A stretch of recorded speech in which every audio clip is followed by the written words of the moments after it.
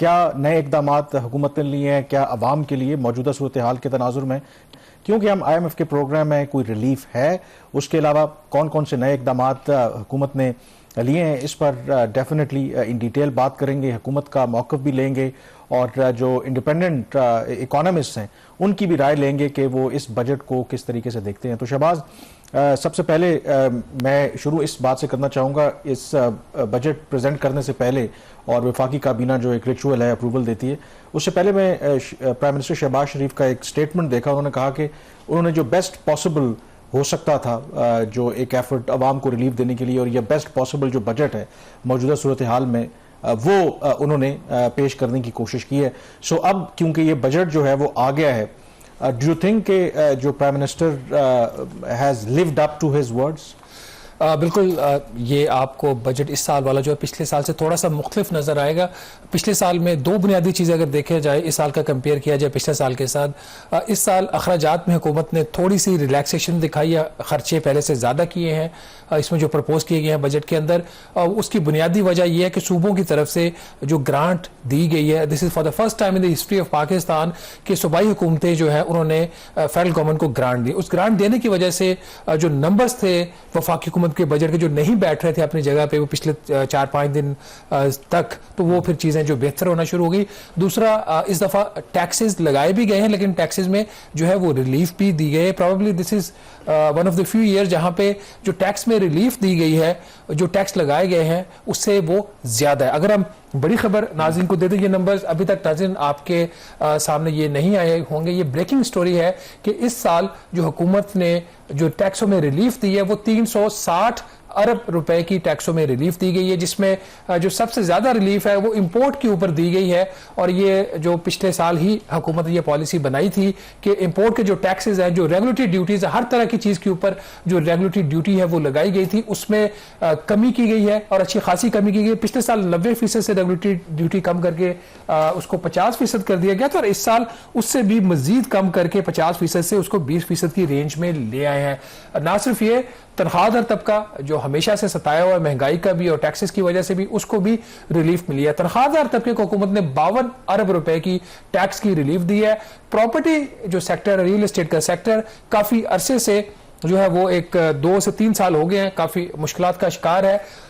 जो property sector के ऊपर जो टैक्स की रिलीफ दी गई वो 115 अरब रुपए की दी गई। ये हम आपके लिए ब्रेकिंग खबर ला रहे हैं कि 115 अरब रुपए की टैक्स की रिलीफ प्रॉपर्टी सेक्टर को दी गई है, और 52 अरब रुपए की टैक्स की जो रिलीफ है वो सैलरीड क्लास को दी गई है। जो बुनियादी फर्क है जो टैक्स रिलीफ में प्रॉपर्टी सेक्टर का और सैलरीड क्लास का, कि जो सैलरीड क्लास की रिलीफ है उस पर IMF के साथ मामला तय है, ताहम जो प्रॉपर्टी सेक्टर है उसके ऊपर अभी IMF से बात चल रही है और हुकूमत पूरी उम्मीद है कि IMF इसके ऊपर मान जाएगा। जो बुनियादी कामरान जो चेंजेस आई हैं, अच्छा ये तो इन्होंने 360 अरब रुपए की रिलीफ दी है। जो इन्होंने नए टैक्स इकदाम किए हैं वो 306 अरब रुपए। नए टैक्सों वाले इकदाम पे तो हम बाद में बात करेंगे, क्योंकि उस पर तो IMF को एतराज नहीं होगा। मैं सवाल आपसे ये पूछना चाह रहा था, क्योंकि हम इसी प्लेटफॉर्म के ऊपर डिस्कस करते रहे कि क्योंकि हम IMF के प्रोग्राम में हमारी गुंजाइश इतनी नहीं है, हुकूमत चाहते हुए भी आवाम को अगर रिलीफ देना चाहे तो वो नहीं दे सकती थी।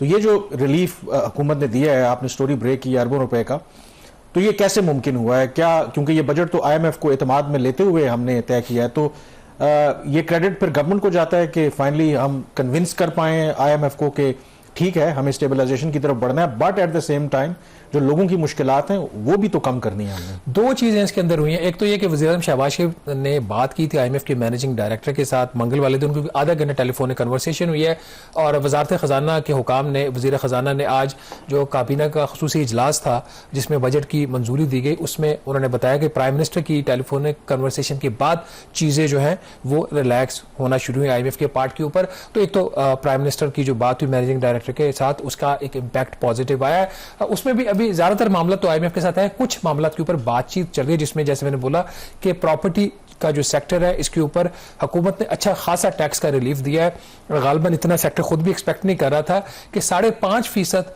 जो विद होल्डिंग टैक्स का रेट था मैक्सिमम, उसकी ब्रैकेट्स पे भी हम बताते कहाँ पे कौन सा लगता था, उसको कम करके उन्होंने 2.75 कर दिया। ये जो था बेचने वाला उसके लिए था, जो खरीदने वाला था उसका रेट जो था वो कोई 2.5% के ऊपर था, कुछ उससे भी कम था, उसको इन्होंने कम करके 1.25 कर दिया। वहाँ पे दोनों साइड पे आप देखें कि आधा आधा तकरीबन इन्होंने जो एग्जिस्टिंग जो रेट है वो उसमें इन्होंने कमी की है। एक फैक्टर तो IMF का और प्राइम मिनिस्टर की कॉन्वर्सेशन का हो गया। दूसरा जो इसके अंदर जो फैक्टर है वो सूबों का इस दफा ग्रांट देना है। 1035 अरब रुपए की सूबों ने ग्रांट दी है, ये पाकिस्तान की तारीख में पहली दफा हुआ। अब सूबों की ग्रांट की वजह से क्या हुआ कि दिफा के लिए हुकूमत इजाफी को 335 अरब रुपए मुख्तस कर पाई, और जिसकी वजह से जो दिफा का बजट इस साल का वो 3000 अरब रुपए का, तकरीबन उसमें जो है वो 17% इंक्रीज है दिफा का। उसके साथ जो आपका डैम्स है, अभी जो आपको पब्लिक सेक्टर डेवलपमेंट प्रोग्राम नजर आ रहा है उसके अंदर डैम्स की एलोकेशन कम है, एक्चुअल एलोकेशन से कहीं ज्यादा होगी, उसमें इनको पैसा मजीद मिल सकता है डैम्स के लिए। और जो बड़े वाटर सेक्टर के प्रोजेक्ट्स हैं उसके लिए कोई 350 अरब रुपए से जायद रखा गया है, तो इस बाकी भी और मुख्तलिफ जगहों पे रिलीफ दी गई है। बट इसमें एक कैच है, कैच ये है कि जो टैक्स की जो ग्रांट दी है सूबों की तरफ से वफाक को, वो ग्रांट लिंक है इस चीज के साथ कि फेडरल बोर्ड ऑफ रेवेन्यू अपना जो इस साल का हदफ है अगले माली साल का 15,264 अरब रुपए का वो हासिल करेगा। अगर 15,264 अरब रुपए से कमी होती है तो जो ग्रांट का जो क्वांटम है वो भी कम होता हो जाएगा। इसको अगर आप सादा जुबान में बताएं कि ये जो 15,264 अरब है, ये अगले साल का जो हदफ है, इसमें जो आइन के तहत सूबों का हिस्सा बनता है वो 57.5% बनता है। ठीक है, तो 57.5% हिस्से के ऊपर जो भी उनको अमाउंट आती थी वो उसका बनना था, बट इन्होंने वो चीज़ तय नहीं की। जो सूबों का अब अगले साल का जो हिस्सा है वो डिटर्मिन होगा 13,350 अरब रुपए के ऊपर, जो कि फाइनेंस मिनिस्टर ने अपनी बजट स्पीच में भी उसका जिक्र किया। तो ये जो 1914 अरब रुपए का जो गैप है 13,350 अरब का और 15,264 अरब का, ये 1904 अरब या इतना कुछ 14 अरब रुपया बनता है। ये जो गैप है इसका फिर आगे 57.5 सूबों को आता है ना, तो वो 57% बनता है 1,035 अरब रुपया। तो जिससे हुकूमत के हाथ खुले, हुकूमत ने टैक्सेस वाली साइड पे भी कुछ किया और एक्सपेंडिचर वाली साइड पे भी किया। तो चीजें आपको इस दफा ये वाला बजट इन दो बुनियादी वजूहात की वजह के ऊपर कि रिलीफ भी दी गई लेकिन नए टैक्सेस भी लगाए गए, बट रिलीफ का जो क्वांटम है वो नए टैक्सेस से ज्यादा है। अच्छा, अब जो रिलीफ की आप बात कर रहे हैं, आपने जो सैलरी तबका है उसको कोई शायद 52 अरब रुपए का रिलीफ दिया है, उसमें अगर आप ये अवाम जरूर जानना चाहेंगे कि किस तरह का रिलीफ दिया गया है, कुछ ज़ाहिर कुछ जो स्लैब्स हैं किसको फायदा होगा, ये अगर आप क्विकली अगर बता दें तो दैट वुड बी ग्रेट। देखिए, इसमें पहले कुछ 6 स्लैब्स थी, उसमें इन्होंने फर्दर इंक्रीज किया। स्लैब्स के अंदर एक एक स्लैब की बात कर लेते हैं। जो पहली 2 टैक्स स्लैब्स हैं जिसमें 12 लाख रुपए तक कोई तब्दीली नहीं है, उसका जो रेट है पहले वाला वो वही है। 12 लाख से 22 लाख रुपए का रेट जो है वो 11% था पहले, उसमें भी कोई तब्दीली नहीं है। हुकूमत का ये मौकिफ था, जो कि उसकी सेंस भी बनती है कि इन दोनों स्लैब्स को पहले पिछले साल रिलीफ दे दी गई थी, इसके ऊपर भी रिलीफ थी, वो मार्जिनल थी। अब जो 22 लाख से लेके 32 लाख रुपया, जो मेरा ख्याल कोई 1,83,000 रुपए से ज्यादा का बनता है मंथली, और 32 लाख रुपया साल का, इसके लिए जो एग्जिस्टिंग जो इसके अगर इस रेट के ऊपर अगर ये जो रेट था उसका वो 23% था, तो 23 को इन्होंने कम करके कर दिया है 20%। 3% यहाँ पे इन्होंने जो कमी की है टैक्स रेट के अंदर, उसकी वजह से इस क्लास को जो सालाना फायदा होगा वो 65,000 रुपए का होगा। जी, ब्रेक के बाद एक दफा फिर आपको खुशामदीद कहते हैं। बजट 2026-27 की खुसूसी ट्रांसमिशन आप देख रहे हैं और हमें इस वक्त ज्वाइन किया है मुजम्मिल असलम साहब ने। ये मुशीर खजाना है खैबर पख्तूनख्वा गवर्नमेंट के, और ये जो बजट, जैसे ब्रेक से पहले शहबाज भी जिक्र कर रहे थे कि गवर्नमेंट अगर कोई रिलीफ देने में कामयाब हुई है और जिस तरीके से कुछ टैक्सों में भी छूट दिया है, ये मुमकिन ना होती अगर वफाकी हुकूमत के साथ सूबे ताउन ना करते। ये भी तारीख में पहली मरतबा हुआ है कि वफाकी हुकूमत को अपने अखराजात को पूरा करने के लिए सूबों से ग्रांट लेनी पड़ी है। तो मुजम्मिल साहब, सबसे पहले तो ये बताएं कि ये जो फैसला आपके ख्याल में ठीक फैसला है आपकी तरफ से भी जो लिया गया, जिसकी वजह से वफाकी गवर्नमेंट को एक कुशन मिला कि वो आवाम को टैक्सों की सूरत में एक रिलीफ दे पाए, और जो रैशनल था इसके पीछे वो यही था कि हमारे यहाँ जो 18वीं आईनी तरमीम हुई थी, जो सूबों का शेयर बढ़ गया था NFC में, उसकी वजह से एक डिस्टॉर्शन आ गई थी, वफाकी गवर्नमेंट के लिए प्रॉब्लम बन गई थी अपने अखराजात को मैनेज करना। अमेंडमेंट तो नहीं कर सके वो, लेकिन ये रास्ता उन्होंने ढूंढा। जी, बिस्मिल्लाहिर्रहमानिर्रहीम। सबसे पहले तो ये कि मैं इस बात की वजाहत कर लूं कि हमारी अभी तक कोई ऐसी कमिटमेंट नहीं है वफाकी हुकूमत के साथ इस बारे में 164 की ग्रांट एंड एड पे, क्योंकि इसकी वजह यह है कि अभी हमने जो है वफाकी हुकूमत से बात की थी कि जब तक हम अपना वापस से रिवाइज एस्टिमेट ना बना लें और इमरान खान साहब से जो है इसमें रुजू ना कर लें, हमारे पास इसकी कोई गोहट नहीं है। तो पहली चीज तो ये है कि ये हम अभी तक हमारी तरफ से तो कोई नहीं है, बाकी 3 सूबों की सूरत हाल मुझे नहीं पता क्या। दूसरी बात ये कि जो वफाकी हुकूमत ने जो सूबों से बात की थी उसमें ये कहा था कि कुछ अहम नौयत के स्ट्रेटेजिक किस्म के प्रोजेक्ट्स हैं जिसको जो है वफाकी हुकूमत ने टेकअप करना है, जिसका बराह रास्त ताल्लुक जो है प्रोक्योरमेंट से है। तो और जो है ना पाकिस्तान की सलामती से रिलेटेड और कुछ वाटर प्रोजेक्ट से रिलेटेड है। कहीं भी ये नहीं बताया गया कि जो है ये जो वो अगर कोई टैक्स रिलीफ दे रहे हैं तो ये उसमें शामिल होगा। तो ये हमने एटलीस्ट खैबर पख्तूनख्वा की नॉलेज में नहीं है ये बात। मैंने ये आप लोग के प्रोग्राम में बात बिल्कुल आज से पहले भी शहबाज राना साहब की स्टोरी में भी सुनी और प्रेस कॉन्फ्रेंस में हमारी ब्रीफली बात हुई थी, ये बात हुई, लेकिन वफाकी हुकूमत ने इसका तस्करा नहीं किया। रहा सवाल टैक्स के रिलीफ का, तो मैंने अभी डिटेल में तो नहीं काम किया, लेकिन एक छोटी सी एक वर्किंग है।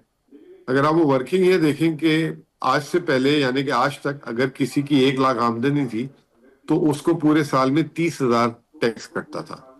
अब जो है उसकी अगर 1 लाख आमदनी है तो 6,000 कटेगा, तो यानी कि 24,000 रुपए की बचत होगी। और अगर आप 12 से तकसीम करें तो 2,000 रुपये महीना बनता है। और दूसरी तरफ हुकूमत ने खुद कहा है कि अगले साल की जो महंगाई का तखमीना है वो 8.2% है। तो 2,000 रुपये अगर किसी के टैक्स से बच रहे हैं अच्छी बात है, लेकिन उसको जो है 8,200 रुपये अगर 1 लाख रुपए उसकी आमदनी है तो मजीद चाहिए इस साल की कुव्वत खरीद को बराबर रखने के लिए। तो एक तरफ 2,000 का रिलीफ और दूसरी तरफ 8,200 रुपए की महंगाई।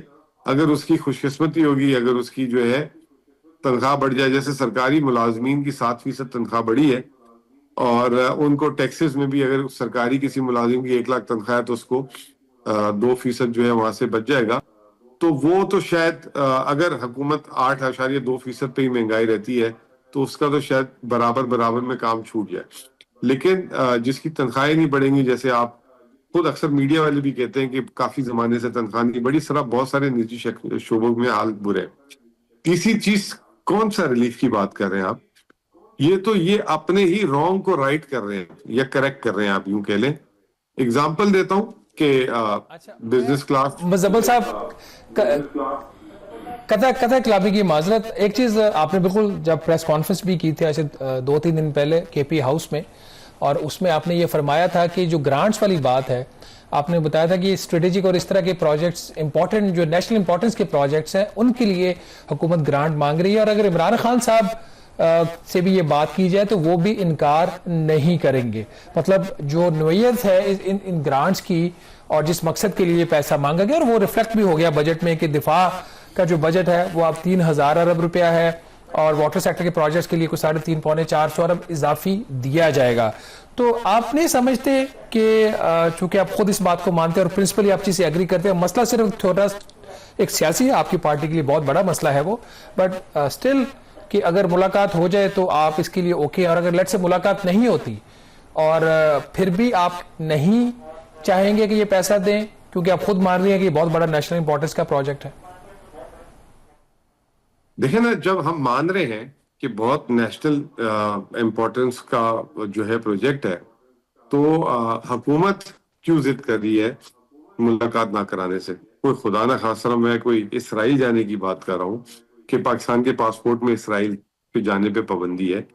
कोई पाकिस्तान की तारीख में कभी ऐसा हुआ है कि कोई शख्स जेल में हो उससे मुलाकात पे पाबंदी हो? कोई 302 का कोई खुदा ना खास्ता कोई ऐसा मुजरिम है, कोई वो गुलभूषण यादव है, उसकी भी फैमिली को मुलाकात करा दी गई। तो माफ कीजिएगा, तो मुझे नहीं समझ आ रहा कि आखिर क्यों। तो ये तो अगर हुकूमत समझती है कि नहीं मुलाकात हो सकती, तो हम भी ये समझते हैं कि उनके बगैर हम ये नहीं चल सकते हैं। माफ कीजिएगा एकदम। ठीक है, इस पे बिल्कुल आपकी तरफ से एक बिल्कुल क्लियर व्यू आ गया कि your money is linked with the concept of your party leader. इसमें जो अभी जो बजट की किताब में आपने देखा भी होगा मुजम्मिल असलम साहब, 1035 अरब रुपए दिखाया गया ग्रांट्स का। इसमें खैबर पख्तूनख्वा का शेयर कितना आता है? देखिए ये फिक्स ग्रांट नहीं है, ये जो है 1350। अब इन्होंने रेवेन्यू हमारा फिक्स कर दिया 1350, ठीक है ना। रेवेन्यू हमारा 1350 से फिक्स कर दिए। अब ये एफबीआर की क्या कारकर्दगी है, एफबीआर उसको ऊपर कितना लेके जाता है। और एक और चीज, अगर फर्ज करें एफबीआर का छक्का लग जाता है और वो एफबीआर 15,260 को क्रॉस कर जाता है, तो उसकी ऊपर की रकम वापस सूबों को मिलना शुरू हो जाएगी। लेकिन वो आपको पता है मुमकिन नहीं है, क्योंकि कभी ऐसा हमने देखा नहीं है। हम देखती आंखों का खुलते कानों ने ये कभी देखा नहीं है। तो अभी ये भी नहीं पता कि ये जो समझ रहे हैं राशिद अग्रवाल साहब इतनी मेहनत कर रहे हैं, वो 15,264 क्रॉस कर जाएंगे, वफाक को भी 1035 दे देंगे, आप लोगों के भी पैसे पूरे कर देंगे। मैं यही कह रहा हूं ना कि ऐसा तुक्का तो कभी हमने नहीं देखा लगते। अगर वो लग गया तो उसके ऊपर वाले हमारे होंगे। ये 13,350 और 15,260 के दरमियान वाली रकम वो कहते हैं उनकी होगी। लेकिन आपने एक और चीज नहीं देखी, या देखी होगी आप श्योर, हमने डिस्कस नहीं की।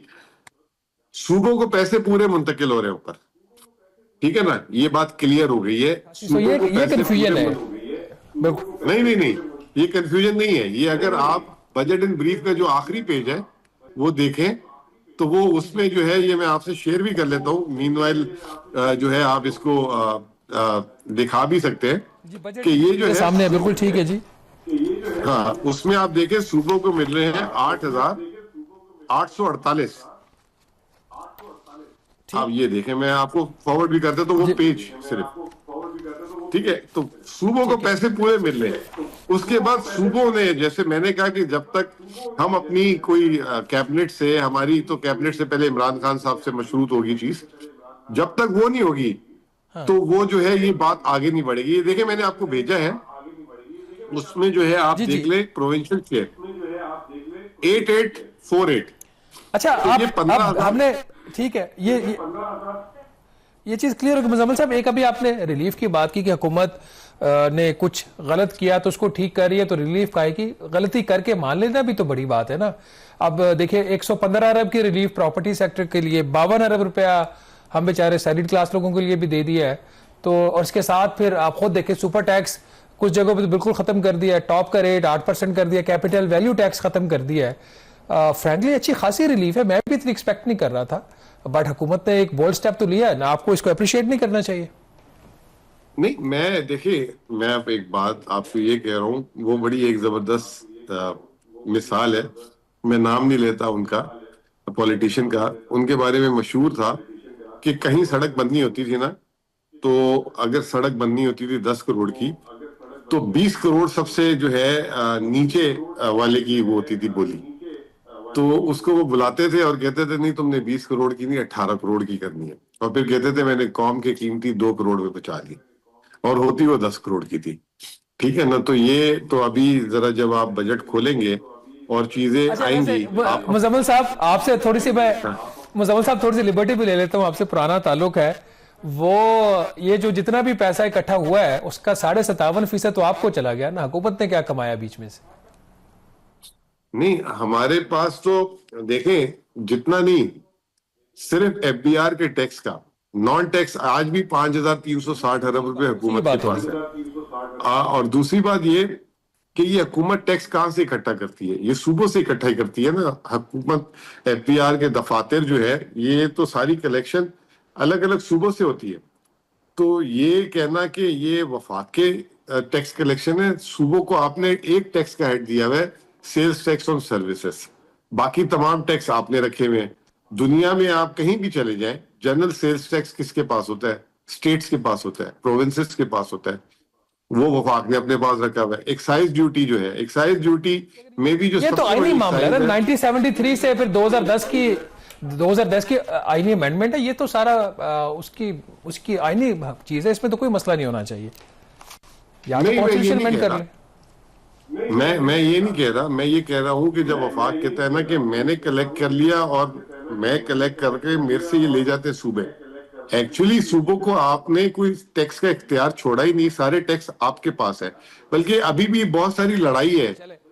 बीच में ये कह रहे थे कि जैसे टेलीकॉम के टैक्सेस हैं, ये सर्विस बिल्कुल वक्त क्योंकि हमारे पास कम है, बिल्कुल ये ऑन गोइंग इशू है, इंशाल्लाह फिर भी आपको दावत देंगे, इस पर जरूर डिस्कशन करेंगे। यहाँ पे ब्रेक लेंगे, ब्रेक के बाद बजट के हवाले से हमारी जो ट्रांसमिशन है वो जारी रहेगी।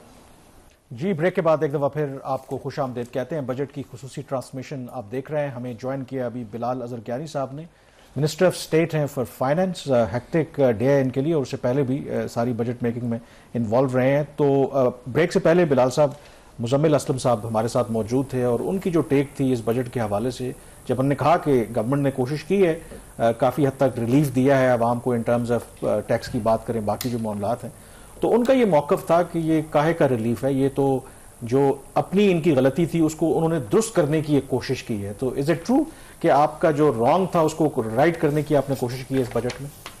जी, बिस्मिल्लाहिर्रहमानिर्रहीम, बहुत शुक्रिया मुझे इधर मौका देने का।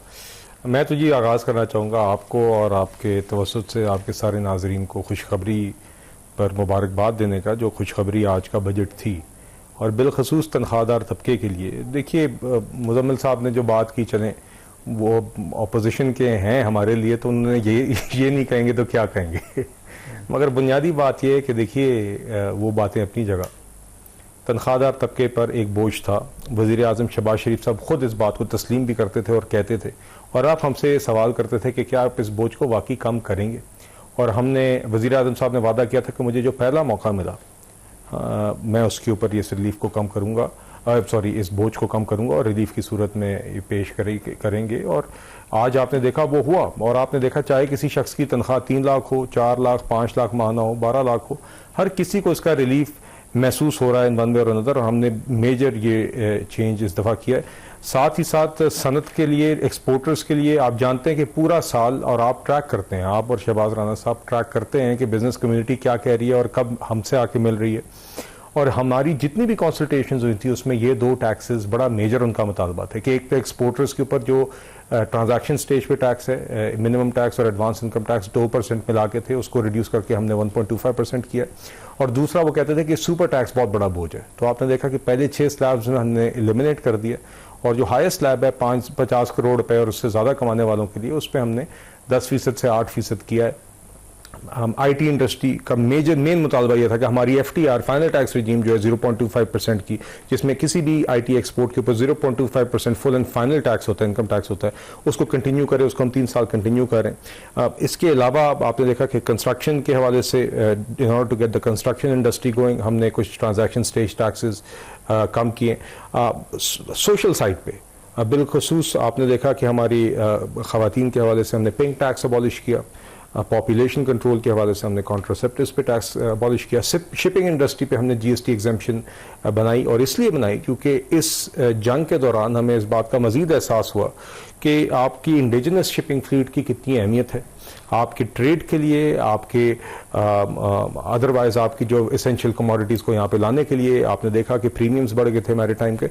तो ये चंद मिसालें हैं जी। तो हमने चादर देखकर पाँव फैलाते हुए हमने प्रायोरिटाइज किया, और हम समझते हैं कि जो इन वसाइल के अंदर जितना मैक्सिमम रिलीफ मईशत के दीगर अहम तबकों को मिलना चाहिए था वो दिया गया। बाकी मैं सॉरी काफ़ी लंबी में बात कर गया हूँ, मगर सिर्फ आप जानते हैं इसके साथ साथ हमने फिर टैक्स नेट के वाइडनिंग के ऊपर दुकानदारों के मतलब आपके इसी शो में हम तफसीली बात करते हैं। I want to give credit to you. हालांकि हमारे सैलरी क्लास के बहुत सारे लोगों का ये ख्याल है कि ताजरों को साथ बड़ी ही कोई रहमदिली का मुजाहरा किया गया, लेकिन एक साइड पे बिल्कुल एक सेक्टर आपके नेट में आना नहीं चाह रहा, दूसरी साइड पे that's a good beginning and you have played a very positive role. आपने उनके साथ जो इंटरेक्शन किया, वन शुड अप्रिशिएट दैट। एक और जगह पे भी जहाँ पे आपने कोशिश की, जो मेरी इत्तला के जो फेडरल बोर्ड ऑफ रेवेन्यू ने या डायरेक्ट जो हमारे टैक्स पॉलिसी ऑफिस ने सैलरीड क्लास के लिए भी कम जो है वो रिलीफ प्रपोज की थी, आपने प्राइम मिनिस्टर ने उसको बढ़वाया, which is also appreciated and acknowledged. अच्छा, गोइंग ऑन, एक माइंडसेट की बात होती है।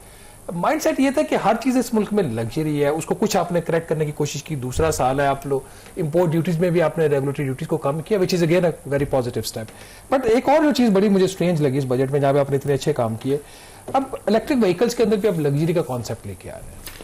एक नई टेक्नोलॉजी है, आप उसको प्रमोट करने की बजाय अगर 3 करोड़ रुपए तक की गाड़ी है इलेक्ट्रिक, तो उसके ऊपर आप 30% आपने रेगुलेटरी ड्यूटी लगा दी है या फेड एक्साइज ड्यूटी लगा दी है, और अगर 3 करोड़ से ज्यादा वैल्यू की तो 40% आपने फेड एक्साइज ड्यूटी लगा दी है। हमारा ये जो माइंड सेट है कि हमने लग्जरी कहा कि कोई चीज छोड़नी नहीं है जहां पे थोड़ा सा भी पोटेंशियल है, इस माइंड सेट को कैसे आप मुकम्मल तौर पर चेंज करेंगे? हाँ नहीं, शहबाज भी अच्छा सवाल है। इसमें मैं आपको एक बात वाज़ेह करना चाहूँगा कि आप फुल पिक्चर ऑटोज़ के हवाले से, चाहे वो ईवीज़ हों, चाहे वो हाइब्रिड गाड़ियाँ हों, चाहे वो इंटरनल कम्बस्शन इंजन वाली गाड़ियाँ हों, वो फुल पिक्चर आपके सामने तब आएगी जब एक दफ़ा हमारी ऑटो पॉलिसी मुकम्मल हो जाएगी।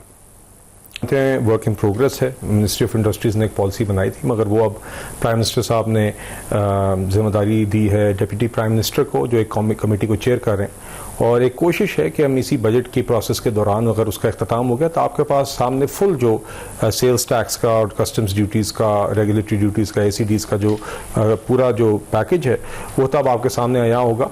मगर एक बात मैं ज़रूर कहना चाहूँगा कि जो ब्रॉड प्रिंसिपल है, जो इशू आपने उठाया है, वो ये है कि देखिए, आई थिंक पॉजिटिव डिस्क्रिमिनेशन हमने ईवीज़ और आइस, ये जिसे इंटरनल कम्बस्शन इंजन कहते हैं, जो नॉर्मल हमारी पेट्रोल डीजल की गाड़ियाँ हैं, इसमें रखनी है। तो अगर हाई एंड की गाड़ियाँ हैं तो उसमें भी ईवी उसी ही बराबर की इक्विवेलेंट जो ईवी होगी, मकसद ये है कि वो रिलेटिवली चीपर हो आपकी नॉर्मल जो फ्यूल की गाड़ी होती है।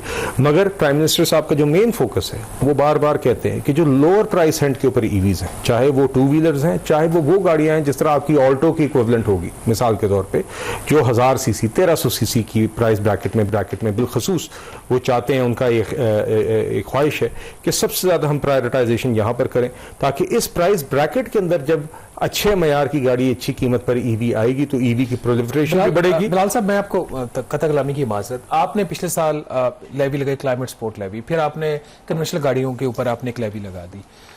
हुकूमत के पास 48 या 50 अरब आ रहा है क्लाइमेट सपोर्ट लेवी में, कोई 20-22 अरब रुपया आ गया आपका आइस में, जो कन्वेंशनल इंजन आपकी गाड़ी है, वो 70-75 अरब रुपये आ गए, लेकिन आपके पास कैपेसिटी टू स्पेंड नहीं थी, आप वो खर्च नहीं कर सके।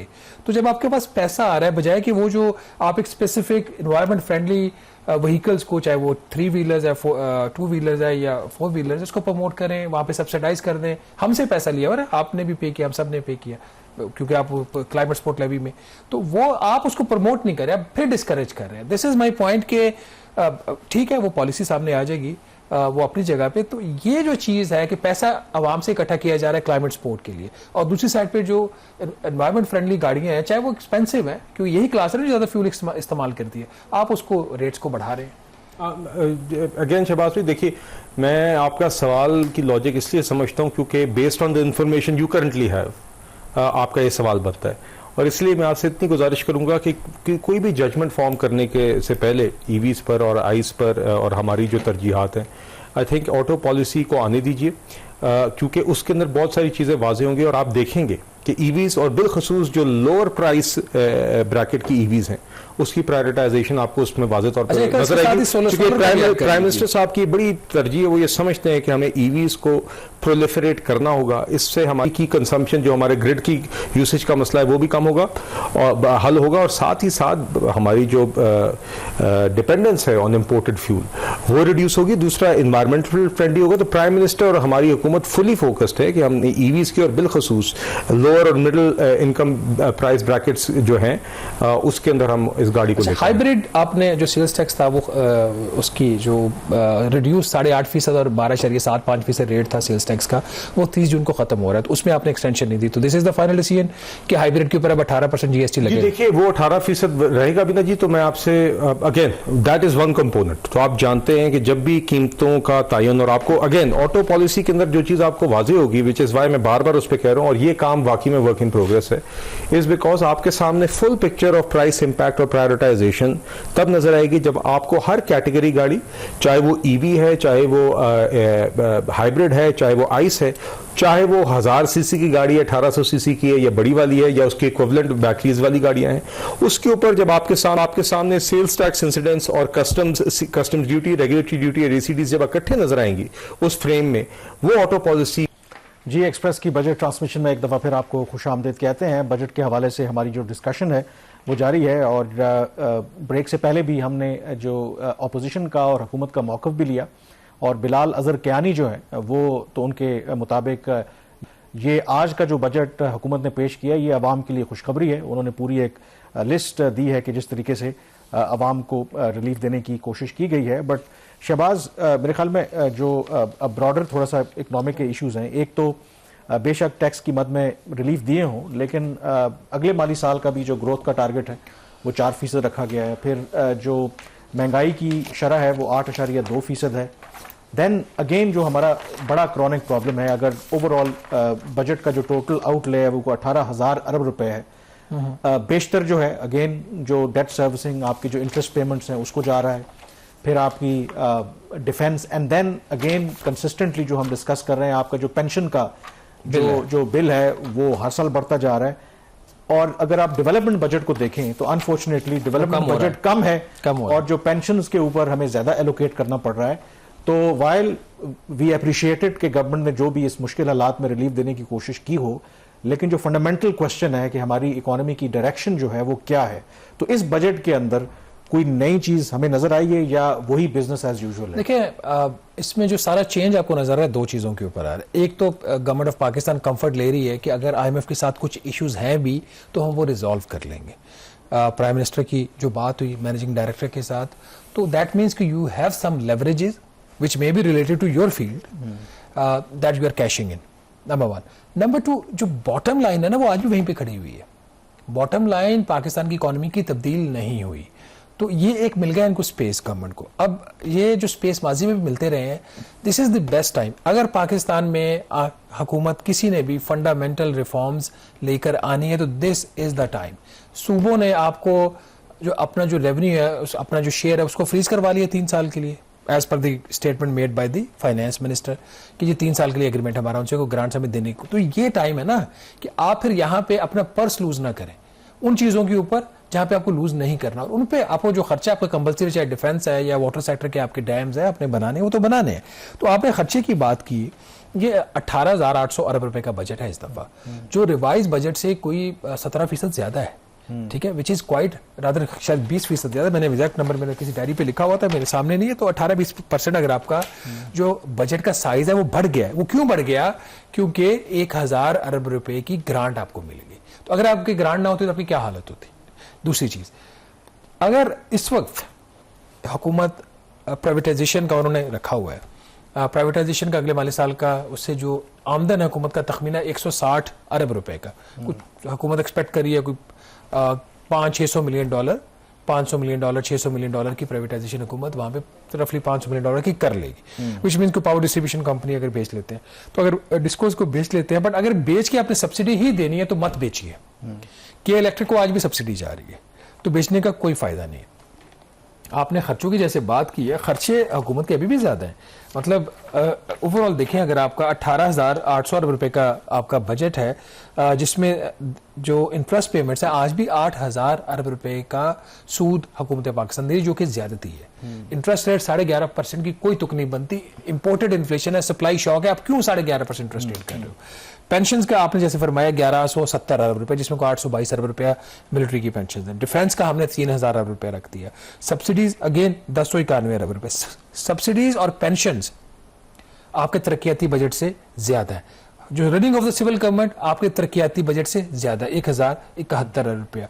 तो इमरजेंसी के लिए जिस तरह पिछले साल पैसा तो रखा था, लेकिन वो FPR के शॉर्टफॉल में जाया हो गया, 430 अरब रुपए इस साल रखा, पिछले साल 389 अरब रुपया रखा गया। तो चीजें जो है वो ठीक नहीं। बट मैं कामरान, बिफोर आपका भी वो इशू हमें डिस्कस करना है ब्रीफली, जो ईरान और अमेरिका के फ्रंट के ऊपर एक डेवलपमेंट हो रही है, that's a big development and that is also an issue जो हमें बात करनी है। बट गाड़ियों के और इसके हवाले से अगर हम बात करें, कामरान, जो ट्रेडिशनल जो कन्वेंशन जिनकी गाड़ियां हैं ना, उसके ऊपर जो टैक्सेस थोड़े से हुकूमत ने है ना, उसकी जो इंजन कैपेसिटी के ऊपर FED हुकूमत ने बढ़ा दी है। जो 1800 से 2000 सीसी की गाड़ी तक है, वहां पर इन्होंने कोई इसमें तब्दीली नहीं की। बट जो इंजन कैपेसिटी है गाड़ियों की 2000 से, ये खबर है नाज़रीन के लिए, 2000 सीसी से 3000 सीसी की जो गाड़ी है उसके ऊपर एफईडी हुकूमत ने 30% लगाई थी। और ये एफईडी हुकूमत आपसे लेकर जो इलेक्ट्रिक व्हीकल है उसको सब्सिडाइज करना चाह रही थी। ऑल द हुकूमत सब्सिडाइज नहीं कर सकी, वो अभी एक्सप्लेन भी किया बिलाल कियानी ने ब्रेक से पहले कि क्यों नहीं कर सकी। तो ये जो 30% की ड्यूटी थी इसको हुकूमत ने बढ़ाकर फेडरल एक्साइज 70% कर दी। 40% गाड़ी के ऊपर ड्यूटी बढ़ा दी है हुकूमत ने, जो 3000 सीसी तक की है। और जो गाड़ी 3000 इंजन कैपेसिटी उससे ज्यादा है 3000 सीसी से, उसकी जो ड्यूटी 40% थी उसमें 41%, 41.5% और इजाफा कर दिया गया 41%। और ये 81% उसके ऊपर फेडरल एक्साइज ड्यूटी हुकूमत ने लगा दी है, विच इज डिस्करेजिंग।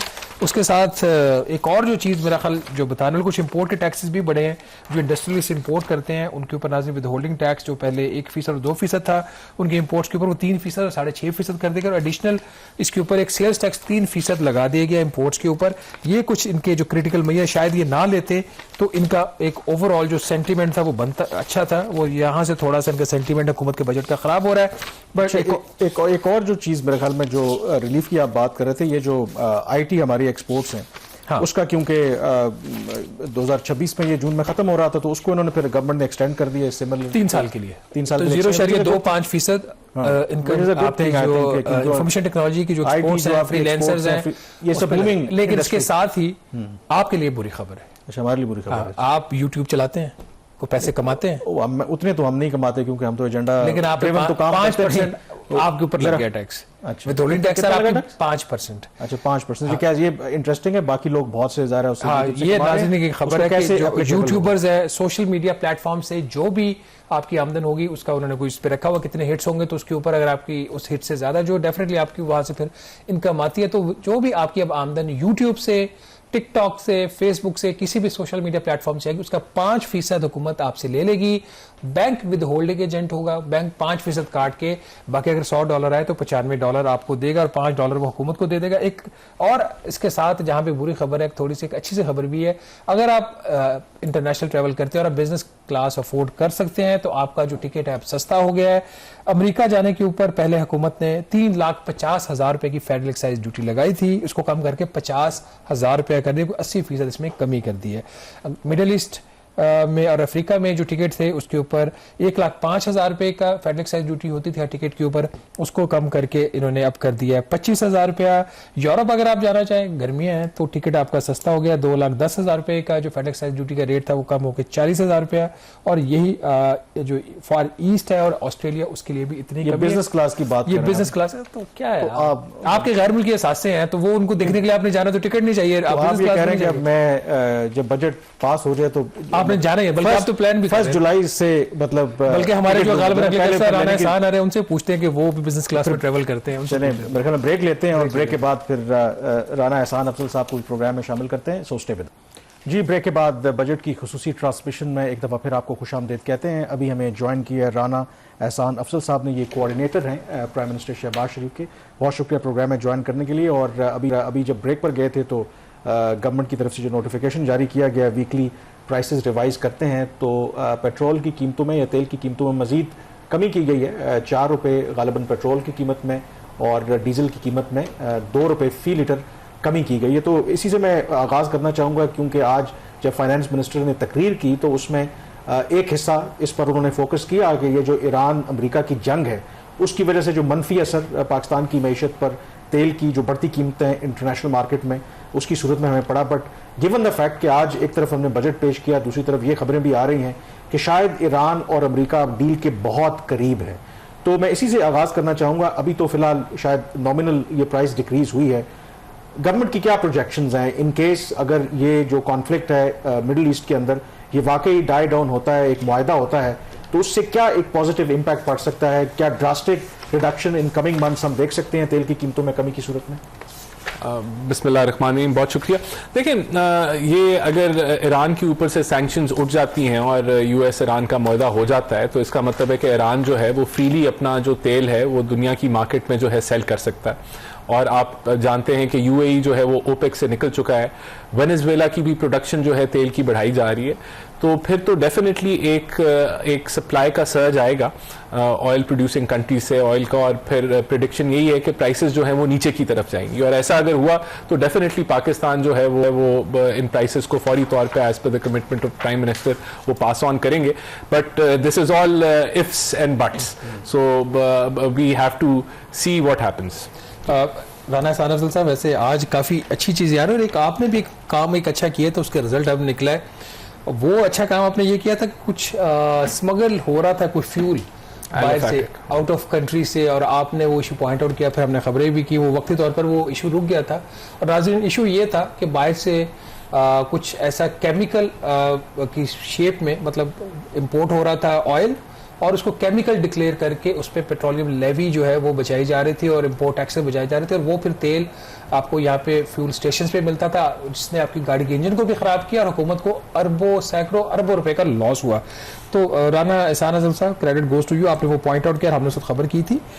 आज हुकूमत ने नाज़रीन एक फेडरल एक्साइज ड्यूटी लगा दी इसी तरह की जो सॉल्वेंट ऑयल हैं और इस तरह की जो प्रोडक्ट्स हैं जो बाहर से आती हैं एज अ केमिकल, बट यहाँ पे आके वो मिक्स हो जाती हैं फ्यूल में, तो उस पर फेडरल एक्साइज ड्यूटी लगा दी गई है.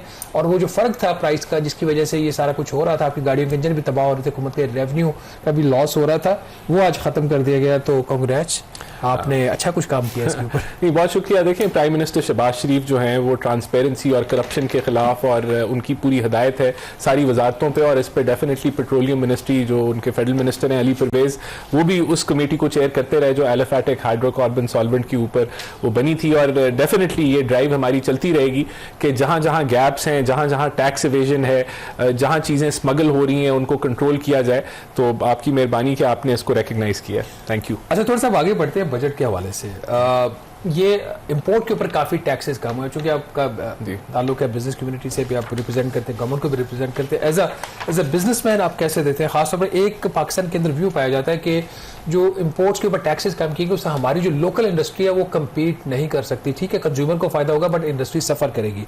आज भी काफ़ी ज़्यादा रेगुलेटरी ड्यूटीज़ ख़त्म की गई हैं, कई जगहों पे रेट्स कम किए गए हैं, 5% जो कस्टम ड्यूटी की स्लैब है वो भी ख़त्म कर दी गई है. How do you see that development as a businessman, not as a government? देखिए, आप नेशनल टैरिफ पॉलिसी की बात कर रहे हैं और अब ये उसका दूसरा साल का इखलाक है. पहले साल में तकरीबन 200 अरब का इम्पैक्ट आया था टैरिफ लाइंस के ऊपर ओवरऑल, और इंपोर्ट की इनपुट कॉस्ट जो है वो उनकी कम हो गई, और इस साल 120 अरब का इम्पैक्ट है, and it is going to impact 70 अरब रुपया बताया. जो रियलाइज हुआ था 200 का टारगेट था, लेकिन जो अगले साल का अब 180 अरब का इम्पैक्ट जो है वो आगे आने जा रहा है. तो देखें, इसकी एक बड़ी दोनों एक्सट्रीम्स के ऊपर डिबेट हो रही है कि ये टैरिफ पॉलिसी जो है ये लोकल इंडस्ट्री को जो है वो वाइप आउट कर देगी, क्योंकि आपकी दीगर इनपुट कॉस्ट जो है वो ज़्यादा है. मिसाल के तौर पर अगर आपकी बिजली, gas, taxation, ease of doing business exist नहीं करती और आप टैरिफ्स को नीचे कर लेंगे तो आप कैसे कंपीट करेंगे बाकी इंडस्ट्रीज के साथ. एक ये डिबेट, और दूसरी डिबेट ये कि आपकी इंपोर्ट सब्स्टिट्यूशन से जो है आपको एक प्रोटेक्शन और रेंट सीकिंग मिलती है, और उस वजह से हम एक्सपोर्ट की तरफ नहीं बढ़ते. मेरा इसके अंदर जो, अगर मैं एज अ बिजनेसमैन मेरा अगर पर्सपेक्टिव है, देखें, टैरिफ्स आपको नीचे लेके जाने चाहिए और आपको एक कंपेटिटिव एनवायरनमेंट देना चाहिए, लेकिन it can't happen on a table formula, कि आप टेबल फार्मूला लगा दें और आप अपना माइंड ना अप्लाई करें और आप ये ना देखें कि एक एक सेक्टर के क्या इश्यूज हैं. तो मैं समझता हूं कि इसके लिए प्राइम मिनिस्टर ने जो फाइनेंस मिनिस्टर को जो कमेटी बना के दी जो नेशनल टैरिफ पॉलिसी को मॉनिटर करती है, जिसके अंदर मैं भी बैठता हूं, उसका ये मैंडेट है कि उसने सेक्टर्स को देखना है कि अगर एक सेक्टर रिस्क में जा रहा है, कि मिसाल के तौर पर आपका टाइल सेक्टर है और उसकी एक मेजर इनपुट कॉस्ट आपकी जो है वो गैस है, और गैस जो है वो आपकी महंगी है, रीजन के अंदर उसकी बेइंतहाशा वजूहात हैं, तो आप उस बुनियाद पे उसको आप इंटरनेशनल कॉम्पिटिशन के सामने धकेल दें, जहां उसने इतनी बड़ी इन्वेस्टमेंट की है और 2x4 की टाइल बल्कि 2.5x5.5 की टाइल उसने लोकल बनाना शुरू की है, और आपकी एक मेजर इंपोर्ट को उसने सब्स्टिट्यूट कर दिया है, तो क्या उसको बंद होना चाहिए इस वजह से कि वो जो है गैस हम उसको सस्ती नहीं दे पा रहे? तो ये वहाँ we will have to. Rana साहब, आप जरा होल्ड योर थॉट्स, क्योंकि हमारे साथ कोशिश कर रहे हैं कि सारे जो ओपिनियन जो हैं, तो सेनेटर सलीम मांडवी वाला साहब भी हमारे साथ मौजूद हैं इस वक्त पीपल्स पार्टी. अच्छा ज्वाइन करेंगे, बट मैं जो अगला जो क्वेश्चन मैं चाह रहा था कि जो भी ये गवर्नमेंट ने अपेरेंटली रिलीफ दिया है टैक्सों की मद में या इंपोर्ट टैरिफ्स कम किए हैं, हम ब्रेक से पहले भी जिक्र कर रहे थे, उसकी बहुत बड़ी वजह कि जो बजट से पहले सूबों के साथ विफाक का एक अंडरस्टैंडिंग हुई कि जो कुशन मिला है जो विफाकी गवर्नमेंट को, जो सूबे जो हैं वो ग्रांट्स देंगे, कितना क्रिटिकल रोल उसने प्ले किया है? अगर फर्ज करें कि सूबे एग्री ना करते, विफाक को वो ग्रांट ना देते, तो क्या जो विफाकी गवर्नमेंट है इस पोजीशन में होती कि जो रिलीफ कुछ दिया है इस बजट के अंदर वो दे पाती? नहीं, मैं एग्री करता हूँ, वो ना दे पाती। और ये इसके लिए प्राइम मिनिस्टर ने चारों सूबों का और उनके चीफ मिनिस्टर्स का और उनकी पॉलिटिकल पार्टीज का शुक्रिया अदा किया है। देखें, ये एग्रीमेंट बियॉन्ड एनएफसी हो गया। असूली तौर पे एनएफसी की जब चीज़ें फाइनलाइज हों तो वहाँ से आपको एक कॉन्स्टिट्यूशनली और एक परमानेंट आपको सोल्यूशन मिलता है, लेकिन जब तक वो नहीं होता तो this was a very good way कि हम लोगों ने, देखें, बात यह कि वफाक के पास वसाइल उस तरीके से अब नहीं है। 57.5% ट्रांसफर करने के बाद जब आप डिफेंस, आप बिस्प, आप डेट सर्विसिंग, आप पेंशन्स और आप अपने अखराजात को भी कवर कर रहे हैं, तो ये वी हैव टू रीथिंक। देखें, बात ये कि ये एक बड़ा सवाल है कि अभी भी जो आपका 3.67 ट्रिलियन का जो नेशनल पीएसडीपी है वो मुख्तलिफ डायरेक्शंस में स्पेंड हो रहा है और वो आपकी नेशनल प्रायोरिटी के मुताबिक वो स्पेंड नहीं हो रहा कि आपकी नेशनल नीड्स क्या हैं। अच्छा, आप राणा साहब, आप हमारे साथ रहिए। सलीम मांडवीवाला साहब, आप हमें सुन सकते हैं? चेयरमैन आप senate standing committee on finance के। मांडवीवाला साहब, जी मैं सुन सकता हूँ। Welcome to the show. Mandviwalla साहब, before coming to the budget, आज जो तकरीर थी उसमें आधा घंटे की ताखीर हुई और गालिबन नून लीग का जो डेलीगेशन था वो पाकिस्तान पीपल्स पार्टी को मना रहा था। क्या वजह थी आपकी पार्टी की नाराजगी की? पीपल्स पार्टी की मना रहा था, आई डोंट नो। अच्छा, कुछ कहा जा रहा था कि वहाँ पे कुछ स्पीच में डिले इसलिए आ रहा था कि आपके जो लोग थे हॉल में नहीं थे। Was there any kind of backdoor discussion before the budget speech? नहीं, कोई ऐसी बजट पे तो कोई डिस्कशन नहीं, और अदरवाइज होगी कोई। राइट। अच्छा, इसमें कमिंग टू द बजट, आपका इसके ऊपर आपकी पार्टी का क्या रिएक्शन है? आप इसको कैसे देखते हैं? मैं तो जिस शुरू से कह रहा हूँ शहबाज राना, जो हालात हैं, जिस सिचुएशन में हम फंसे हुए हैं, उसमें इससे बेहतर बजट तो कोई आने की उम्मीद थी भी नहीं। तो मेरी नजर में जो बजट है that is the best government could do. और आप ये समझते हैं कि जो रियल एस्टेट सेक्टर को रिलीफ दिया गया है और सैलरीड क्लास को ये काफी है? इससे इकोनॉमी पे और लोगों की पर्सनल इनकम्स पे फर्क पड़ेगा या मजीद होना चाहिए था? सर, मेरा ख्याल है कि कुछ रिलीफ, इतना कोई ज्यादा फर्क नहीं पड़ेगा, बट एटलीस्ट ये है कि कुछ रिलीफ तो लोगों को मिलेगा ना।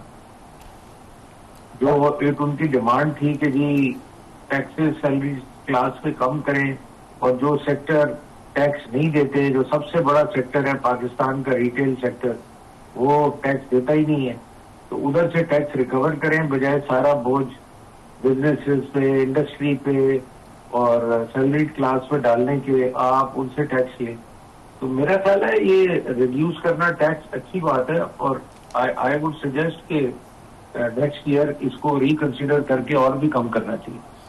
अच्छा सेनेटर साहब, इसमें जो एक रीज़न ये राना एहसान अफजल साहब भी हमारे साथ मौजूद हैं और इस बात पे अग्रीमेंट है कि जो सूबों ने एक ग्रांट की सूरत में कमिट किया है, ज़ाहिर है कि फेडरल वफाकी गवर्नमेंट कहती है वो अब बहुत से ऐसे इश्यूज हैं वो बोझ नहीं उठा सकती, तो इससे डिबेट ज़ाहिर है कि आप इसको इस तरह से कह रहे हैं कि बेशक आइन में अगर अमेंडमेंट नहीं हुई, बट इन अ वे कि विफाक ने वो जो 18 अमेंडमेंट से पहले वाला मामला था वो इन अ वे एक ट्रांजिशन के तौर पर वापस लेने की कोशिश की है और उससे शायद उनको बेहतर बजट बनाने का मौका मिला है।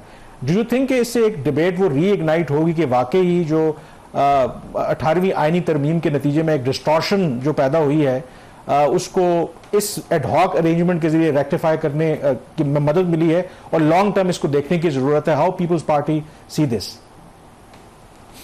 देखिए, अभी तो देखें एक चीज एग्री की है, अब उसका मैकेनिज्म आगे चलेगा, वो देखेंगे कि वो कैसे होगा और अमाउंट्स कैसे एग्री होंगी, रिकंसिलेशन कैसी होगी।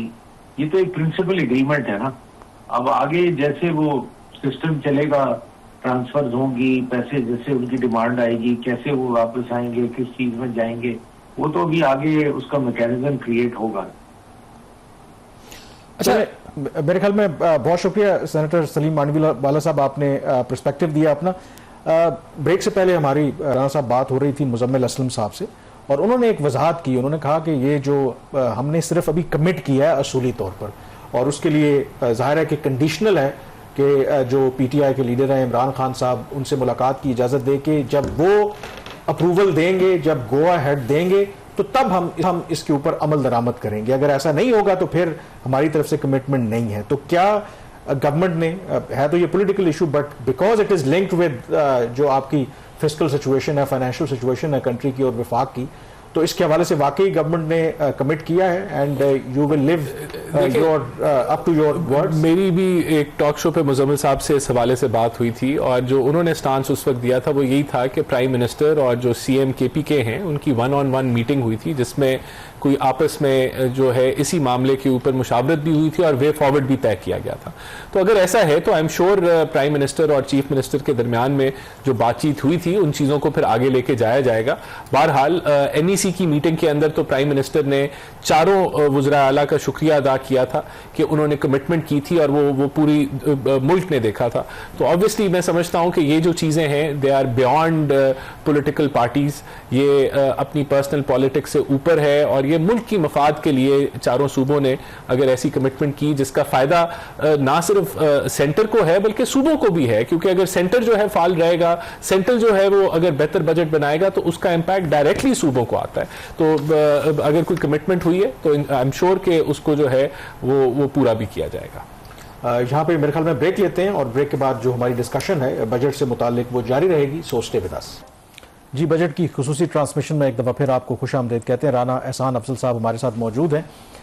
बहुत से जो गवर्नमेंट ने अच्छे इकदाम लिए उसका तो हमने जिक्र किया, लेकिन हम ये भी जिक्र कर रहे थे और आप स्टूडियो में एंटर हो गए थे कि ये जो सोशल मीडिया इन्फ्लुएंसर्स हैं, यूट्यूबर्स हैं या सोशल मीडिया के ज़रिए जो भी हमारे यहाँ लोग पैसा कमा रहे हैं उसके ऊपर भी गवर्नमेंट ने टैक्स लगाने का फैसला किया है। क्या ये फैसला दुरुस्त है? क्योंकि फॉरेन रेमिटेंस की सूरत में गवर्नमेंट को एक खतीर रकम जो मिल रही थी, क्योंकि पाकिस्तान में ये जो इंडस्ट्री है बड़ी फ्लरिश कर रही है, तो इसके पीछे क्या लॉजिक है? देखिए, मेरे ख्याल से जो लोग 5% इनकम टैक्स दे के अपने बाकी 95% पैसे को वाइट कर लेंगे, दे शुड बी प्राउड कि उन्होंने ये इनकम अर्न की है और उन बाकी जो पैसा है वो वाइट है, दे आर पेइंग अपनी जो उनकी नेशनल ड्यूटी है टैक्स पे करने की, वो कर रहे हैं। देखिए, मेरे ख्याल से अब यूट्यूब को आए हुए और मोनेटाइजेशन को पाकिस्तान में एंटर हुए बड़े साल हो गए, कोई नई चीज़ नहीं है जो 1-2 साल पहले आई है, और बड़े मैच्योर किस्म की कि जो है वो यूट्यूब के ऊपर मोनेटाइजेशन हो रही है। तो देखें, जब आप हार्मोनाइजेशन की बात करते हैं तो एवरीवन कलामी हो रही है। मेरे प्रोड्यूसर मुझे कान में कह रहे हैं कि हमने प्राउड नहीं होना इस तरीके से। नहीं, देखिए, मैं समझता हूं कि इससे अच्छी फीलिंग ही नहीं है कि अगर आप पास वाइट पैसा हो और आपको कोई मसला ना हो, कोई फिक्र ना हो कि इसको मैं जैसे मर्जी खर्चूं तो मेरे ऊपर कोई उंगली नहीं उठा सकेगा। तो आई थिंक आप नहीं सर, इसके साथ एक और मसला, वाइट पैसा आपके $95 आपके राना साहब वाइट हो गए, उस $95 से आप गाड़ी ले लेते हैं, उसके ऊपर फिर आपको लग्जरी टैक्स लग जाता है। अच्छा, उस $95 से आप जो वो ले लेते हैं, टिकट ले लेते हैं इंटरनेशनल ट्रैवल की, उस पर पहले ज्यादा टैक्स आप कम हो गया। ये वैसे अच्छा, अगर यूट्यूबर जो है वो बिजनेस क्लास का टिकट ले लेते हैं और फर्स्ट क्लास का टिकट जो है उस पैसे से ले लेते हैं तो फिर तो ठीक लगा है, फिर तो 5% कुछ भी नहीं है। मुझे नहीं पता था। अच्छा, एक और जो ई सिगरेट्स है आपकी, ई इलेक्ट्रॉनिक सिगरेट जो है उसके ऊपर आपने फेडरल एक्साइज ड्यूटी बढ़ा दी है। पहले आपका रेट था 10,000 रुपया, उसके ऊपर अब आपने कर दिया है पर केजी जो ई लिक्विड फॉर इलेक्ट्रॉनिक सिगरेट्स, अब उसके ऊपर नाज़रीन को 65% ड्यूटी में इजाफा करके 16,500 रुपया फी किलो उसके ऊपर जो ड्यूटी बढ़ा दी है। और ये ई सिगरेट से ऐसे मसला होता है या? देखिए, मैं समझता हूँ कि ये सारी चीज़ें जो सेहत के लिए ख़राब हैं, दुनिया में यही ट्रेंड है कि उनके ऊपर टैक्सेस को रेज़ किया जाता है। और अब बस मेन चीज़ है ये स्मगलिंग रोकनी चाहिए, वरना ये I would agree with it कि आप e cigarettes are as bad as normal cigarettes, या थोड़ा बहुत कोई फ़र्क होगा, लेकिन मैं समझता हूँ कि ऐसी चीज़ जो मुज़रे सेहत हो उसको हमें ज़रूर टैक्स करना चाहिए। इसके ऊपर ये भी डिबेट है कि जो हमारे शुगरी ड्रिंक्स हैं और जो चीज़ें डायबिटीज़ क्रिएट करती हैं वो यहाँ हमारे कंजम्पशन भी as a Pakistani per capita sugar की ज़्यादा है, लेकिन ये फिर एक वो पॉलिटिकल बहस बन जाती है। लेकिन मेरे नज़दीक जो चीज़ एक और चीज़ आपके इंटरेस्ट की भी और कामरान के इंटरेस्ट की तो बहुत ज्यादा है। एक एग्जम्पशन दी गई है जो स्ट्रेटेजिक इंपोर्ट्स होंगी व्हीकल्स की, जो बॉम्ब प्रूफ और बुलेट प्रूफ व्हीकल्स मंगवाई जाएंगी। शंघाई कोऑपरेशन ऑर्गेनाइजेशन का समिट पाकिस्तान में होने जा रहा है, तो उसके लिए जो गाड़ियां इंपोर्ट होंगी पाकिस्तान में और हुकूमत पाकिस्तान इंपोर्ट करेगी, उसके ऊपर हर तरह की जो ड्यूटी और टैक्सेस जो हैं उसको ख़त्म कर दिए गए। तो कामरान, ये सिक्योरिटी के पर्सपेक्टिव में तो ये बात ठीक है, बट ओवरऑल अगर आप देखें तो आप क्या देख रहे हैं? ये तो सवाल उल्टा कामरान से बनता है कि कामरान नहीं, मुझे तो आपने ये कहा कि मेरे इंटरेस्ट की कि क्या देखें, वो जो शंघाई ताउन तंजीम का जो समिट है, ज़रा अगले साल हमारे पास चेयरमैनशिप आ जाएगी, तो वो अगले साल के एंड पे होगा। तो मुझे लगा ये कह रहे हैं कि वो जो बुलेट प्रूफ आएंगी तो बाद में एक आध गाड़ी मुझे मिल जाएगी। मतलब नहीं, वो तो मुझे अभी पता चला ना, आपने कहानी ऐसे बनाई तो आपके पास गैर मुल्की असासों का मुझे अभी पता चला है। अब पता तब चला जब उसके ऊपर 1% जो टैक्स था वो भी माफ हो गया। सारी डिटेल्स आपने आज ही बतानी है, फिर वही देखे ना आप, वो फिर आपसे वही कहेंगे कि फ्रेमिंग आप जो है ना वो बड़ी जबरदस्त फ्रेमिंग। तो जरा जूम आउट करते हैं, जरा मैं पहले भी जो निटी ग्रिटी है हमने तो डिस्कस की है। जो फंडामेंटल हमारी इकोनॉमी का प्रॉब्लम है राना साहब, वो ये है कि आपको पता है कि हमारी बरामदात उस तरीके से नहीं बढ़ती और हमारे गैर मुल्की सरमायाकारी नहीं है, ज़र मुबादला के ज़खायर उतने नहीं हैं। नतीजा ये होता है कि हम एक परपेचुअल IMF के प्रोग्राम में ही रहते हैं। और इस बजट को भी अगर आप देखें तो ओवरऑल अगर 18,800 अरब रुपए टोटल आउटले है, तो उसमें से कोई 8,000 अरब रुपए से ज़ायद तो हम डेट सर्विसिंग में जा रहे हैं, सबसे बड़ा जो है। फिर दिफा ऑब्वियसली हमारी ज़रूरत है। फिर जो पेंशन का जो बिल है वो हर साल बढ़ता जा रहा है, और पेंशन का बिल अगर आप देखें तो डेवलपमेंट का देखें तो डेवलपमेंट का बजट कम है। तो ये जो हमारा जो फंडामेंटल्स हैं, इकोनॉमिक फंडामेंटल्स, ये बिल्कुल भी ठीक नहीं है।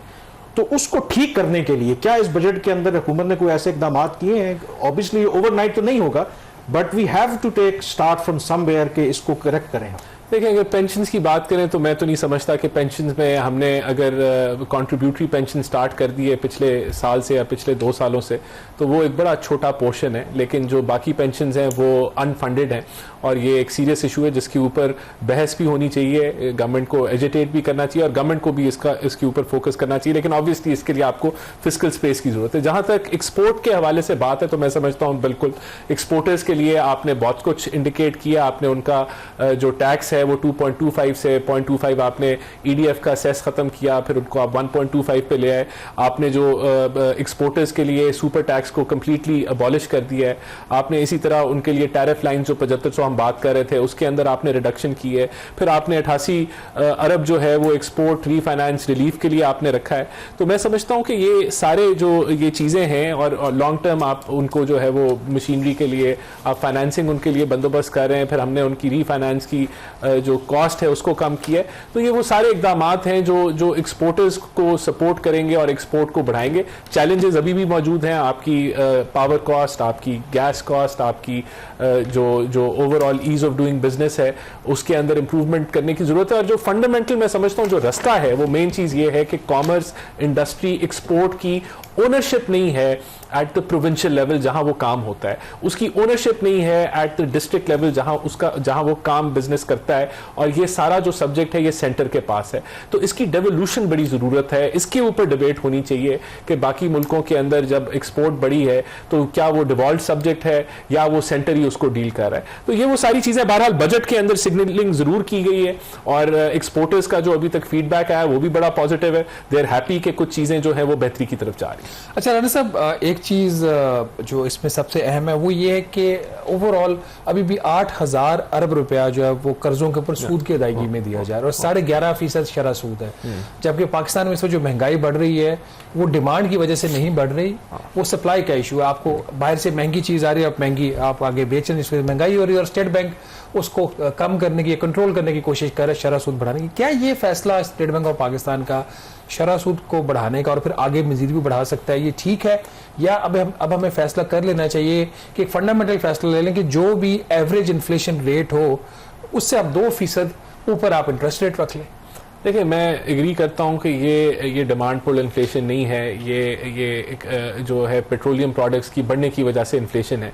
तो मैं नहीं समझता कि इस वक्त ज़रूरत है कि हम मज़ीद जो है वो शरह सूद को बढ़ाएं। लेकिन ऑब्वियसली जो मॉनेटरी पॉलिसी कमेटी है इंडिपेंडेंट है और वो इसको इंडिपेंडेंटली मैक्रो इकोनॉमिक जो आपके इश्यूज़ हैं उसको देखते हुए करेगी। बहरहाल ये जो आपने तजवीज़ दी है मैं इस एज ए इकोनॉमिस्ट मैं ये समझता हूँ कि अगर आपकी ऐसी पॉलिसी भी हो कि आप 1 आधा या 1.5% ऊपर रहें तो ये भी that is not a bad policy. ख़ास तौर पे हमारी जैसी इकोनॉमीज़ जो बड़ी वनरेबल इकोनॉमीज़ हैं उनके लिए इस तरह की पॉलिसी जो है इट कैन वर्क, और ये ऐसा डिफरेंस रहना चाहिए, डिफरेंशियल होना चाहिए। अच्छा नाज़रीन, एक और जो डेवलपमेंट हुई है, कुछ 21 के करीब ऐसी प्रोडक्ट्स हैं जिनको एक मार्केट प्राइस के ऊपर उनके ऊपर सेल्स टैक्स लिया जाएगा।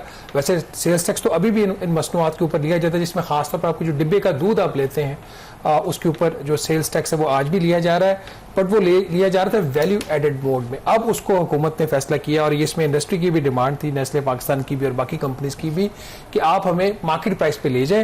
उसका फ़ायदा ये होगा कि कम से कम उनको जो 4% एक्स्ट्रा टैक्स देना पड़ता है और 2.5% विथहोल्डिंग टैक्स देना पड़ता है वो बच जाएगा, कीमत भी शायद ना बढ़े, और हुकूमत को भी इन सारी मसनूआत के ऊपर को 50 अरब रुपए का इजाफी जो है रेवेन्यू मिलेगा। इस पर राना साहब चले ये चीज हो गई, बट इसमें एक सवाल जरूर पैदा होता है। हम 1990 से value added sales tax mode को ट्राई कर रहे हैं और वो नाकाम हो गया। ये इस बात का इतराफ है। जो इन सेल्स टैक्स का जो शेड्यूल तीसरा है जिसमें अब इन मसनूआत को शामिल किया गया, जब हम मार्केट प्राइस के ऊपर सेल्स टैक्स लेते हैं, इसका मतलब ये है कि उसके पीछे जो इनपुट कॉस्ट है उसका रिफंड आपको नहीं मिलेगा। तो फिर अगर यही इसका हल है जिसमें FBI का सिक्योर रेवेन्यू हो गया, मार्केट प्राइस डिटर्मन होगी, वहां पे अंडर इनवाइसिंग भी नहीं होगी, सेल्स भी नहीं छुपाई जाएंगी, तो फिर क्या ये जो वैल्यू एडेड मोड में सेल्स टैक्स को खत्म करके सिंगल स्टेज सेल्स टैक्स पे नहीं चला जाना चाहिए? देखिए, ये एक पायलट हो जाएगा और इस पायलट के नतायज जो हैं वो देखे जा सकते हैं, और फिर अगर ये नतायज इसके पॉजिटिव हों तो वो रेप्लिकेट किए जा सकते हैं। लेकिन ये let's see how this works. ये तो अभी ये स्टार्ट हुआ है, तो इसका देखते हैं कि इनकी कलेक्शन हमारी कहाँ जाती है, उनकी सेल्स कहाँ जाती है। लेकिन यहाँ मैं एक एडिशनल बात ज़रूर करूँगा कि सबसे बड़ा जो चैलेंज है वो इन्फोर्समेंट का है। अब दूध की अगर बात करें तो इन्फोर्समेंट सूबों ने करनी है, और वहाँ कोई इन्फोर्समेंट नहीं है कि खुला दूध जो है वो बिके। शहरों के अंदर जो है वो काउज जो है वो गलियों मोहल्लों के अंदर बांधी जाती हैं, और प्रोविंशियल ओनरशिप उधर नहीं है कि ये एक ऐसा मामला है जो इकोनॉमी से रिलेटेड है। यही वो मेरा पहला वाला पॉइंट था कि एलियन है सिटीज़, एलियन है प्रोविंसेस, इकोनॉमी, मईशत, tax collection, export, commerce, industry से। तो ये बड़ा लाजिम है कि ये इन चीज़ों को डिवॉल्व होना चाहिए। ये पायलट होगा, अगर ये कामयाब होता है तो ये मैं आपकी जो डिबेट आपने इनिशिएट की है, मैं बिल्कुल इसके ऊपर डिस्कशन होनी चाहिए और इसको रिव्यू करना चाहिए। देखिए, हमें पायलट्स करने चाहिए, हमें बहुत सारे एक्सपेरिमेंट्स करने चाहिए। बेशक हम जिलों में कर लें, हम डिस्ट्रिक्ट्स में कर लें, और फिर वहां से हमें चीज़ों को आगे, हमें रिजिड नहीं होनी चाहिए पॉलिसी कभी भी रिजिड नहीं होनी चाहिए। आपको देखना चाहिए कि पॉलिसी को बेहतर कैसे कर सकते हैं, चीज़ों को बेहतर कैसे कर सकते हैं। अच्छा, कंक्लूजन की तरफ हम जा रहे हैं। जो अगले माली साल का इकोनॉमिक ग्रोथ टारगेट रखा है वो 4% है, और पिछले कई अरसे से हम सुन रहे हैं कि हम एक स्टेबलाइजेशन के फेज में हैं। गिवन ये भी एक अच्छी बात है कि अब गवर्नमेंट ने पॉवर्टी के और अनएम्प्लॉयमेंट के नंबर्स भी जारी करना शुरू कर दिए हैं, और अगर आप नंबर्स देखें तो इन दोनों हेड्स में आपको इजाफा देखने को मिल रहा है। सो विद 4% GDP ग्रोथ, ये कैसे हम ये जो दो बड़े प्रॉब्लम्स हैं, पॉवर्टी है, अनएम्प्लॉयमेंट है, इसको टैकल करेंगे? तो गवर्नमेंट के पास इन द लॉन्ग रन क्या जो इसके हवाले से जॉबलेसनेस और पॉवर्टी तो तब खत्म होगी जब पाकिस्तान 7, 8, 10% पे ग्रो करेगा और 10 सालों के लिए ग्रो करेगा। 4% ग्रोथ का मतलब है कि आप 16-17 लाख जॉब जो है वो क्रिएट करेंगे, जो कि इनफ नहीं है, जो मैन पावर या लेबर जो है मार्केट में हर साल आती है। लेकिन क्या हम आज 7% पे ग्रो कर सकते हैं? हम नहीं कर सकते, क्योंकि अगर हम करेंगे तो हमारा फिर से वो करंट अकाउंट डेफिसिट बनेगा, डॉलर का एक हमें फिर टोकरा लेके दुनिया भर में डॉलर इकट्ठे करने पड़ेंगे। देखें, जो सक्सेस है अभी तक मैं समझता हूं कि ये कोई बड़ी सक्सेस नहीं है। वो ये है कि 3.7% हमने ग्रो किया है तो हमारा कोई डॉलर डेफिसिट नहीं है। अगर हम 4% ग्रो करें तो हम डॉलर डेफिसिट के बगैर ग्रो करें। अगर हम 6% ग्रो करें तो डॉलर डेफिसिट के बगैर ग्रो करें, तो ये सस्टेनेबल ग्रोथ होगी। और उसके लिए हमें एक्सपोर्ट्स को बढ़ाना है, और अगर हम एक्सपोर्ट्स को नहीं बढ़ाते तो वही सर्कल जो है वो चलता रहेगा। लेकिन अभी तक जो इंडिकेटर्स हैं, ये मनफी ग्रोथ जो 2023 में थी, उससे जो हमने 3.7 का सफर किया, और अगले साल इंशाल्लाह अल्लाह करे 4 को भी क्रॉस कर लें, अगर हम अपने करंट अकाउंट डेफिसिट के बगैर करते हैं तो ये करेक्ट बात है। चले, बहुत शुक्रिया, आपका बहुत शुक्रिया। इसमें राना साहब, मैं थोड़ा सा बिफोर वी ब्रेक, आमरन, मैंने एक चीज़ ज़रूर इस पे कंक्लूड करनी है कि 2-3 साल से हमने एक जो एफर्ट शुरू की हुई थी तनख्वाहदार तबके के हवाले से, कम से कम हम इस हद तक कामयाब हो गए। एक्सप्रेस मीडिया ग्रुप ने इस पे पूरा हमने जोर लगाया। हर महीने जब टैक्स कलेक्शन के नंबर्स आते थे तो हम बताते थे कि तनख्वाहदार तबके ने कितना टैक्स पे किया। उसका इतना ज़रूर असर हुआ है कि वज़ीर-ए-आज़म शहबाज शरीफ साहब ने 52 अरब रुपए की टैक्स की रिलीफ दे दी है और उन्होंने प्रॉपर्टी को भी 115 अरब रुपए की टैक्स की रिलीफ दी है।